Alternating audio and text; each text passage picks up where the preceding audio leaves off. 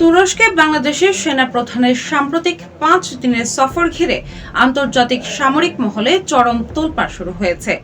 সফর চলাকালে আঙ্কারা ঘোষণা দিয়েছে তাদের সবচেয়ে আধুনিক দীর্ঘ পাল্লার আকাশ প্রতিরক্ষা ব্যবস্থা সাইপার প্রথমবার কোনো বিদেশি দেশের কাছে বিক্রি করা হয়েছে।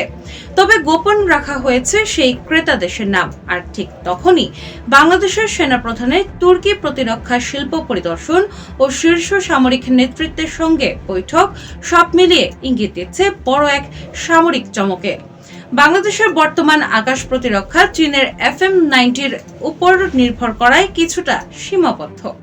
বহুস্তর বিশিষ্ট আধুনিক আকাশ প্রতিরক্ষা ব্যবস্থা গড়ে তুলতে প্রায় ১০০ কিলোমিটার দূরের শত্রু বিমান ধ্বংস করতে সক্ষম সাইপারের মতো সিস্টেম বাংলাদেশের জন্য এখন সময়ের দাবি। এদিকে আঙ্কারার সাথে দিল্লির কূটনৈতিক দূরত্ব এবং ভারতের ব্রাহ্মস ক্ষেপণাস্ত্র পাওয়ার জন্য গ্রিসের আগ্রহ সব মিলে পুরো দক্ষিণ এশিয়ার ভূ রাজনীতিতে এক নতুন মেরুকরণ তৈরি হচ্ছে। বাংলাদেশ কেবল অস্ত্র কেনাতে সীমাবদ্ধ থাকছে না, বরং সরাসরি যৌথ প্রযুক্তিতে অস্ত্র তৈরির লক্ষ্যেই এগোচ্ছে। বছরের 2+2 বৈঠকের সিদ্ধান্ত প্রমাণ করে যে সম্পর্ক কেবল কেনাবেচায় সীমাবদ্ধ নয়, রাজনৈতিক ও কৌশলগত আস্থাতেও পৌঁছেছে।